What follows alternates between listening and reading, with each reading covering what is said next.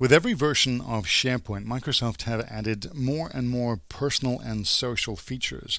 And by that, we mean they're trying to bring into SharePoint the idea of sites like LinkedIn and Facebook and Twitter for connecting people and keeping people updated. You'll basically find all of these options will be driven from the drop-down menu where your name is.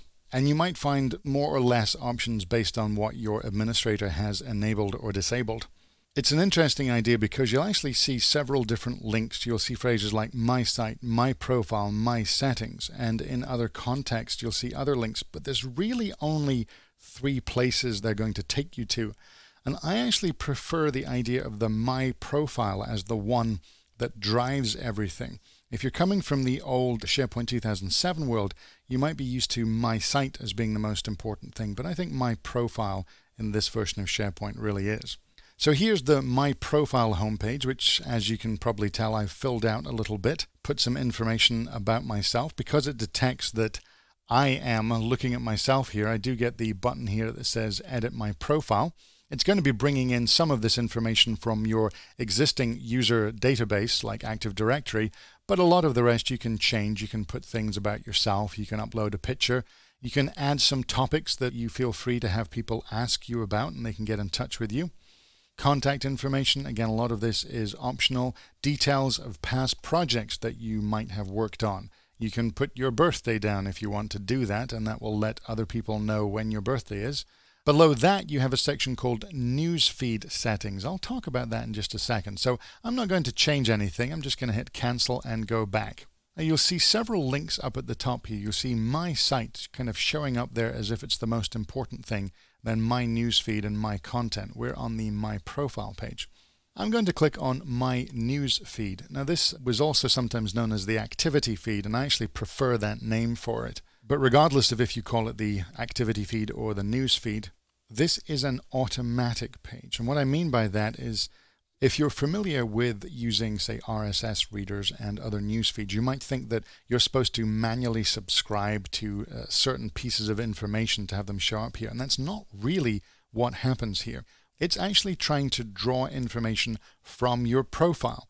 Flicking back over to my profile, if I say that I want to edit it, then down towards the bottom, I have newsfeed settings. What am I interested in? When do I want to be sent emails? What activities am I following? And by having these all checked, and they're all checked by default, what it's going to do is find information from my colleagues, things like documents that they've tagged or anything that they've changed. Their job title's been updated, their manager has changed. Well, the question might be, well, how does it know who your colleagues are? Again, go back to the profile.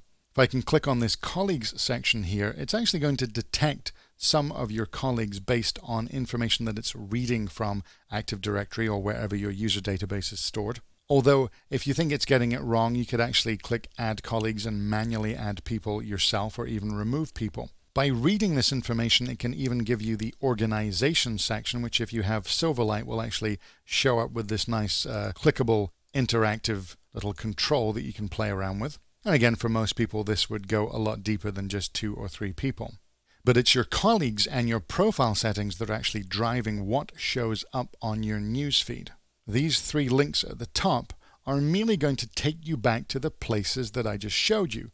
You click Newsfeed Settings, we go back to the newsfeed sections of your profile. You click My Interest, we go back to the My Interest section of your profile. We click My Colleagues, you go to the Colleagues section of My Profile. This is one of the reasons why I think the My Profile page is the one that really drives everything that's going on here. This little speech bubble here is more in line with the Twitter idea, the little quick one-line status update. And whatever I put here and change will actually be considered an activity that would show up in the activity feed of colleagues or anybody who is actually following me. It will also try and read things like memberships and distribution groups that it thinks you're a member of. At the moment, it doesn't find any for me. But the whole idea of networking people, of reading this information, of reading things like the organization chart, trying to see who it thinks is my dotted line manager and generating this little browser for me, allows me to connect very quickly to people. I could, for example, click on Jeannie Paxson's name and I'll see her version of her profile with her updates. Because it knows I'm not Jeannie, I don't get the ability to edit that profile, but I can certainly browse it. that Jeannie's filled out some of this information. So she's said, you can ask me about SharePoint governance. I could click that and put a little question in there, and that would count as activity for her. So this, like all social networking sites, becomes more and more useful the more people start to actually use it, the more people start to fill it out. And I've noticed that in installations where I've helped implement their SharePoint features, that this has a way of kind of starting slow and then taking off. It kind of snowballs and reaches critical mass. But if everything's really being driven from my profile and my newsfeed, what about the other links? Well, we also have the My Site link, which typically, and depending how this is configured, may even just take you to the same page as your My Newsfeed. There's not actually any different there. However, the one I haven't clicked on yet is this, My Content. You may or may not see this. This is the closest thing to what was called the My Site feature in SharePoint 2007. Now, if you can click this, the first time you do, it will actually create you a unique site just for yourself. In SharePoint 2007, this used to be a lot more complex. It was kind of the combined profile and content and newsfeed, everything all shrunk into one, and now they've split this up a bit more. Really what we're looking at here is a SharePoint site with a couple of libraries on it. One to contain some shared documents, that if you want to have certain documents displayed to anyone who can view your profile, they can see it, and one for personal documents. Now, I wouldn't keep anything very personal in here. I wouldn't keep personal tax records, for example, because these documents will still be visible to me and administrators on this server, but they'll not be shared with everybody. From this page, you could also even create your own blog, and that would actually mean that you'd be creating a completely separate blog site just for your own content.